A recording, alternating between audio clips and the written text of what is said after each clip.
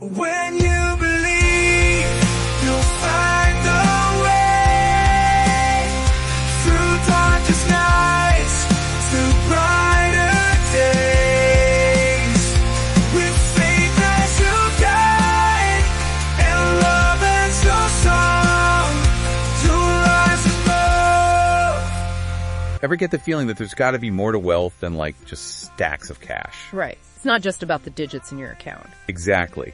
And that's what really hooked me about this book, The New Wealth Blueprint. It's like a guide to building a life that's rich in every sense, not just, the financial part. Yeah, and it really gets you thinking differently about money, not as the end goal, but as a tool. A tool. I love that. Like a hammer to build the life you want. Exactly. And one of the most fascinating things is the book doesn't start with investment strategies or anything like that. It starts with the psychology of wealth. Oh, interesting. So like how our minds can sabotage our money goals without us even realizing it. Exactly. Dr. Hell, the author, she argues that our beliefs about money, especially the subconscious ones, are like a blueprint for our financial reality. Okay, so if you're walking around thinking money is the root of all evil, Yeah. you're probably not going to attract a winning lottery ticket anytime soon, right? Probably not. Those limiting beliefs, we often inherit them, from our families or culture, and then become these little wealth saboteurs. Little gremlins. Yeah. I've definitely battled my fair share of those, like, I'll never be financially secure, that kind of thing. Right. And those thoughts, they can really hold us back. So how do we evict those negative whispers? That's what I love about the book. It dives into this whole idea of shifting from a scarcity mindset to an abundance mindset. It's not about ignoring your finances or anything, but more like reframing how you view opportunities. Celeste, I can't afford that. And more. How can I make that happen? Yeah. And she shares this really powerful story about a single mom who, faced job loss, but instead of panicking, she used that as a springboard to start her own business. Wow. Talk about turning setbacks into launch pads. Right. It's about resourcefulness, and that ties back to investing in yourself. Okay, I'm all about self-improvement, but how does that translate to, like, dollars and cents? Well, think of it this way. The more you invest in your own growth, your skills, knowledge, well-being, the more valuable you become. And that often leads to greater earning potential. It's about recognizing your own potential as an asset. Yes. But even with the right mindset, you need a solid financial plan. And that's where cash flow management comes in. Cash flow, that's making sure more money is coming in than going out, right? Exactly. It's about being in control of your money, not the other way around. And the book breaks down this simple but really effective rule. The 50-30-20 budgeting rule. 50-30-20. Okay, break that down for me. Sure. So 50% of your income goes towards essentials. Rent, groceries, bills, the gotta haves. Right. Makes sense. Then 30% is for your wants. Things that bring you joy, like travel, hobbies, going out with friends, whatever that looks like for you. Got it. So needs, wants, and what about that last 20%? That's for savings and investments. Your future self will thank you. A balanced financial diet. I like it. But life isn't always, neat and tidy budgets, right? Yeah. What about those curveballs life throws our way? And that's where this whole idea of risk management comes in. It's like having a backup plan, Okay, so are we talking like an emergency fund? Or is this something different? That's part of it. But Dr. Howe really emphasizes insurance as a key part of this. Insurance. Right. Not exactly the most, thrilling financial topic. True. It's not as exciting as, say, picking stocks. But it's about protecting what you've worked hard for. Your wealth, your family, everything. Okay, so walk me through it. What kind of insurance are we talking about here? So she breaks it down into a few key areas. Life insurance, disability insurance, health insurance, and then property insurance. Okay, so life insurance, that's basically to make sure your family's taken care of if, something happens to you. Right? Exactly. It provides that financial safety net for your loved ones if the unexpected happens. Okay, that makes sense. And what about disability insurance? I feel like people don't always think about that one. You're right. It often gets overlooked. But think about it. If you couldn't work because of an injury or an illness even, disability insurance is there to replace a portion of your income. So you're not left high and dry if you can't work. Exactly. And then, of course, health insurance. I think most people understand how important that is, especially these days. Yeah, those medical bills can be scary. No kidding. And then there's property insurance. That's all about protecting your physical assets, like your home, your car, that kind of thing. So it's like creating this whole financial safety net for all the what ifs in life. Exactly. Because life happens, right? But even with all of this in place, managing everything can feel overwhelming sometimes. So the book talks a lot about how technology can really simplify things. Okay, tell me more about this because I love anything that makes my financial life easier. Well, think about automating your finances, like setting up automatic bill pay. Oh, that's a lifesaver. I don't know what I'd do without that. Right, and automatic savings contributions. That's huge. So you're not relying on willpower alone to hit your savings goals. Exactly. You can even automate your investments now, too. Okay, so it's like having a personal finance assistant working for you 24/7. I love that. Are there any specific tools that she recommends for this, like apps or anything? Yeah, she talks about budgeting apps like Mint or YNA, which I think we might have touched on earlier. Right.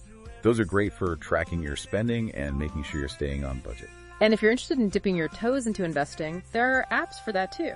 She mentions a few, like Robinhood or Acorns, which lets you invest your spare change. No way. Investing without even thinking about it. That's my kind of strategy. But speaking of investing, can we talk about compound interest for a second? Because I always hear about how important it is, but I feel like I still don't fully understand it.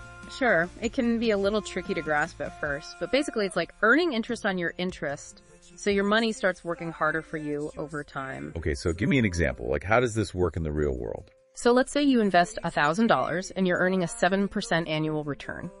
After the first year, you'll have earned $70 in interest. So now you have $1,070.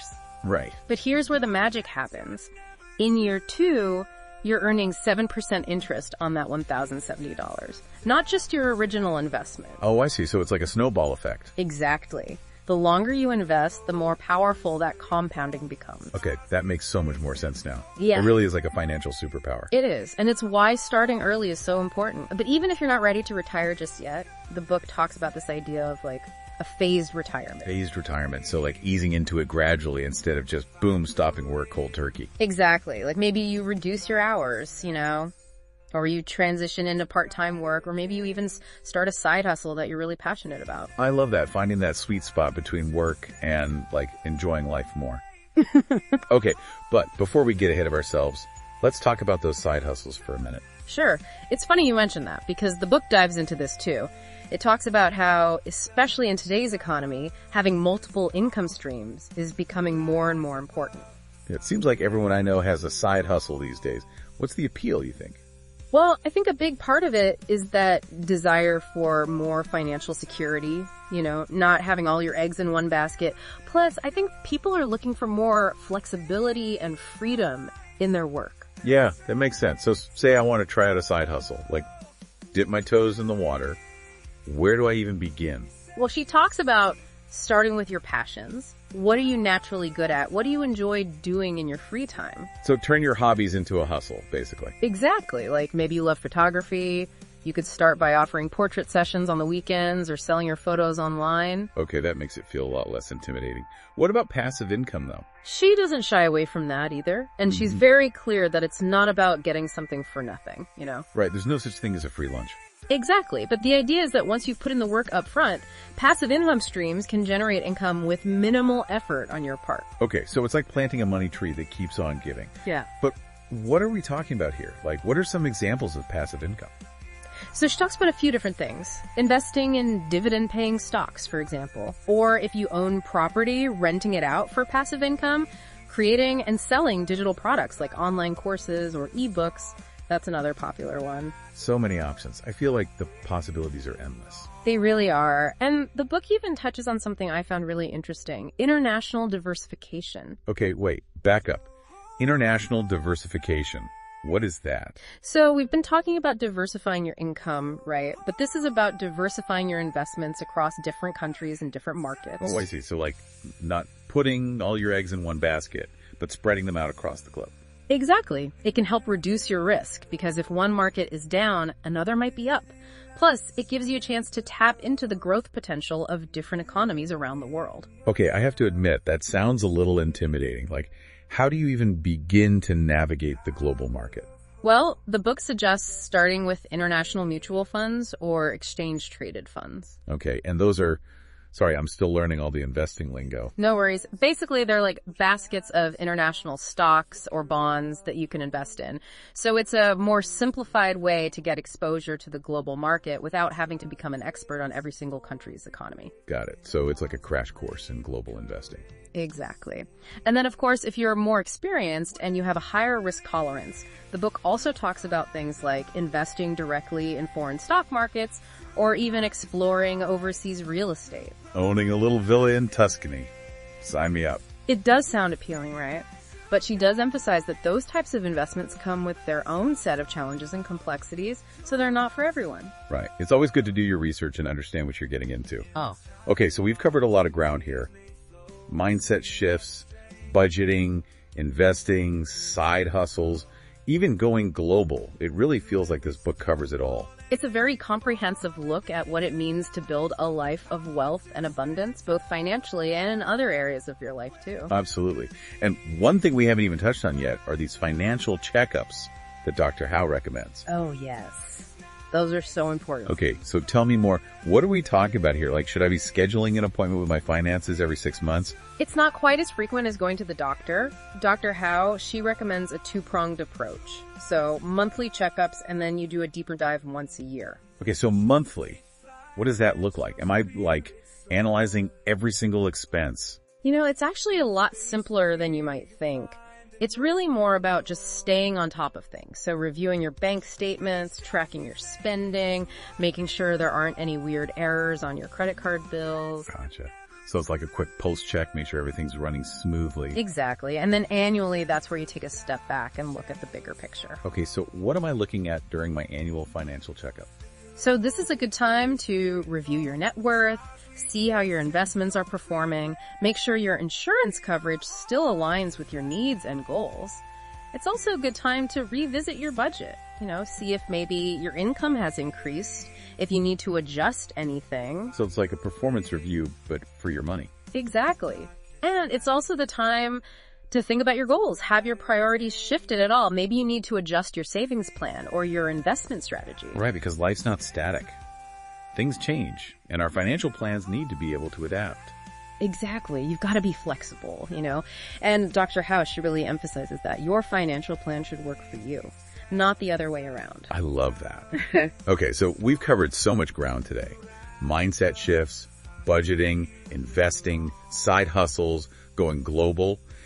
It feels like the New Wealth Blueprint really does cover it all. It does. It's a really fantastic resource, for anyone who's feeling like maybe a little lost or overwhelmed when it comes to their finances. Absolutely. And she makes it so approachable. Like, she doesn't use a lot of jargon, Right. It's very conversational, like she's speaking directly to you. Yes. Okay, so as we wrap up this deep dive, what are your final words of wisdom for our listeners? I think the biggest takeaway is that financial freedom, it's not about deprivation, It's about making choices that align with your values. So you can live a life that you don't need a vacation from. This has been such an insightful conversation. Thank you for taking us on this deep dive. And for everyone listening, we highly recommend checking out the New Wealth Blueprint for yourselves. Until next time, happy wealth building.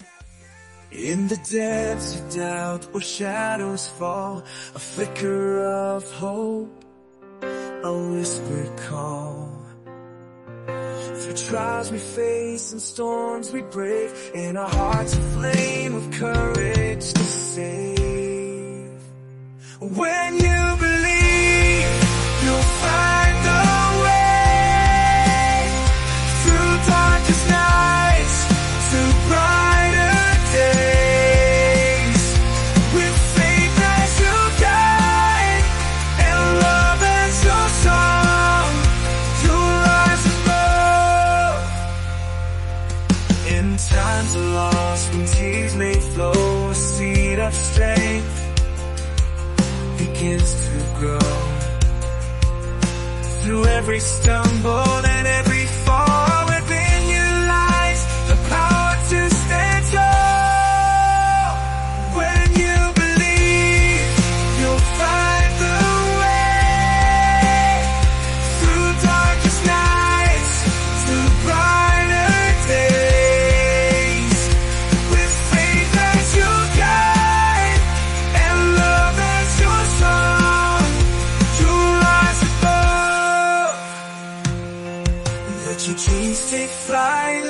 your spirit soar. In the face of fear, you find an open door. With each step you take toward the unknown, know that you're never truly alone. In the depths of doubt, shadows fall. Flicker of hope, a whispered call. Trials we face and storms we brave. In our hearts a flame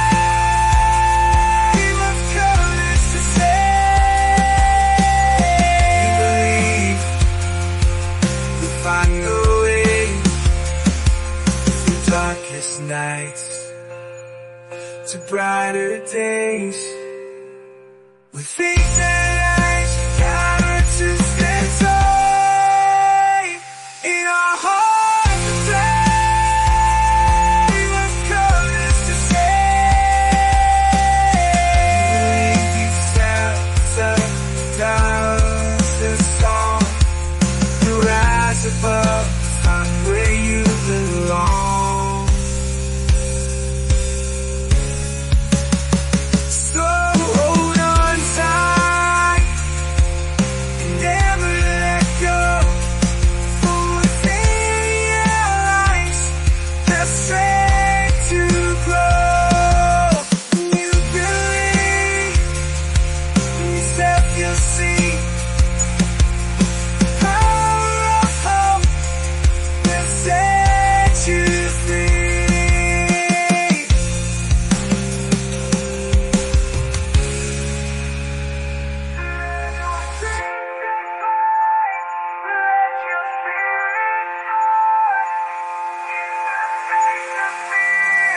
You're finding a door. We speak step you take toward the unknown. Know that you're never truly alone. In our hearts to stay with courage to stay. Keep shelter, clouds this song. You rise above, find where you belong.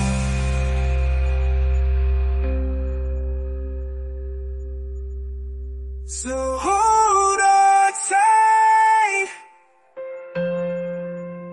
So hold on tight.